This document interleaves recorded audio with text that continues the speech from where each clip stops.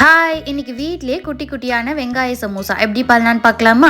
நான் இன்னைக்கு 2 கிளாஸ் மைதா மாவு எடுத்திருக்கேன். அது கூட கொஞ்சமாக சால்ட் ஆட் பண்ணி 2 ஸ்பூன் ரீஃபைண்ட் ஆயில் ஊற்றிக்கோங்க. அப்புறம் கொஞ்சம் கொஞ்சமாக வாட்டர் ஆட் பண்ணி நல்லா சப்பாத்தி மாவு பதத்தில் பண்ணி எடுத்துக்கோங்க. அப்புறம் 1 hour அதை டச் பண்ணாமல் அப்படியே விட்டுருங்க. ஆஃப்டர் 1 hour நல்லா சாஃப்ட் ஆயிருக்கும்.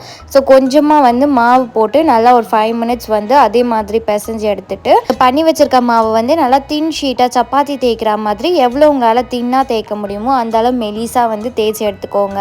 பேன் எடுத்து அந்த ஷீட்ஸ் எல்லாமே 1 minute மட்டும், ரொம்ப வேக வைக்க கூடாது.